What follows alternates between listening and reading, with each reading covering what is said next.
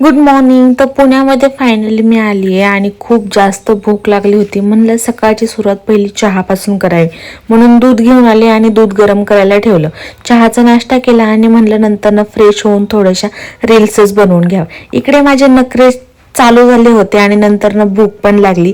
थोड्या वेळानंतर रील्स वगैरे बनवून झाला आणि म्हणलं की आता पास्ता बनवावात, म्हणून इकडं मी सगळं कट करून घेतलं आणि इकडं केलं होतं की मी फोडणीला स्टार्टअप केला होता. पण एवढा राडा झाला होता माझ्या ज्या किचनवरती, आणि या राड्याला सगळ्यात जास्त कारणीभूत होती ती आमची हर्षूबाई. हर्षू मॅडमने सगळं काम करू लागली पण सगळं उलटं काम केलं.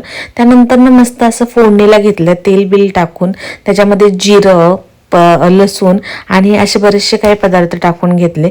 आणि त्यातले त्यात मला फक्त मॅगी मसाला अजिबात आवडत नाही किंवा पास्ता मसाला फक्त टाकायला आवडत नाही, म्हणून त्याच्यामध्ये मी खूप सारे मसाले पण ॲड करून घेतले.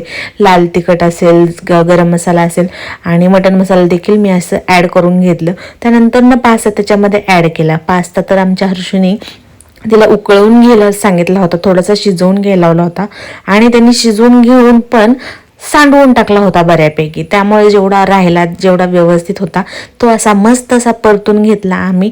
याच्या आधी थोडंसं मीठ टाकून मी शिजवून पण घेतलं होतं आणि याचा मस्त असा मला नाश्ता करायचा होता. सो बनवून तयार होत होता आणि तोपर्यंत म्हणलं की थोडंसं धिंगाणच घालून घ्यावा.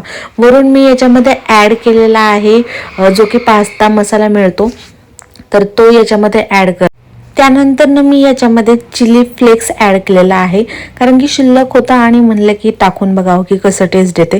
त्यानंतर मस्त अशी कोथिंबीर याच्यामध्ये ॲड करून एवढा सुंदर असा पास्ता आपला तयार झालेला होता.